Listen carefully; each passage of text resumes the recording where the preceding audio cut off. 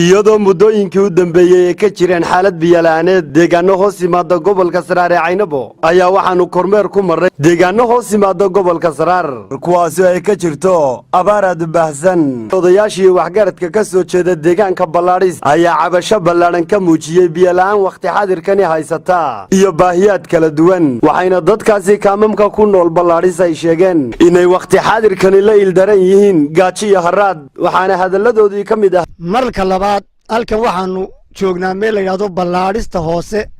anigoo ah hayrkii magaalada hoose Ballaadhis Maxamed Cumar Jaamac halkan waxaanu ku haynaa baahiyaad aad noogu fara badan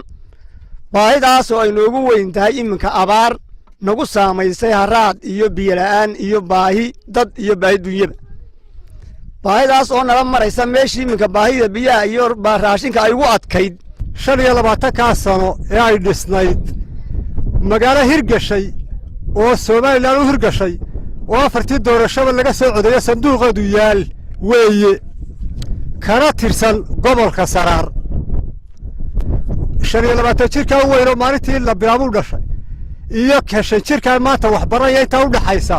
waxna ma qoro waxna ma akhriyo waxbarashadaas ka taagay marka nooca tahay Soomaaliland oo dhan bay waxyeello u tahay jaahilnimada inta ka tirsan bogcadda maanta aanu kala hadlayno waxaanu caalamka u sheegaynaa iyo dawladda sharafta leh ee Soomaaliland madaxweynaha iyaga sharafta leh Muuse Bixi Cabdi waxaanu u sheegaynaa cabaadka iyaga inuu hoos u eego markii labaad haraad waa ogtiino qof ka noolaan kara ma jiro wax gaajada waa laga noolaada waxaan kaloo ka codsanayaa waxbarashadu waa wax qaaliya shay qaaliya jaahilnimadu waa wax dadkuna waa dad jaahila oo jaahilnimadii maartay halkii 60kii ayay maraysa 60kii halkii aynu ka soo bilownay magaalada taagay iyo dalku taagay marka waxaan ka codsanayaa in waxbarasho degdeg ah si degdeg ah dadka wax loogu qabto ka hadalay waxaanu naalaa magaalo bocada baanu naalaa male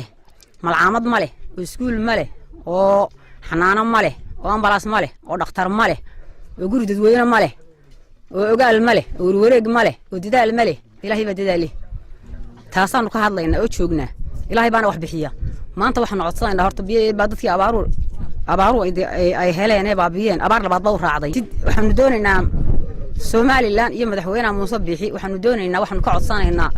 wixii ay nagu taakulayn karaan inay wixii ay noo heli karaan biyo iyo baad inay si degdeg ah soo gaarsiin degdeg leh hasidatan isku soo wada duuduub xaaladda biyalaaneed ee ka jirta deegaanada gobolada bariga Soomaaliland gaar ahaan gobolka Saraar ee Caynabo ayaa waqti xaadirkani maalinba maalinta ka dambaysa isu soo taraysa kuwaasi oo deegaanada sijeedka Saraarta godan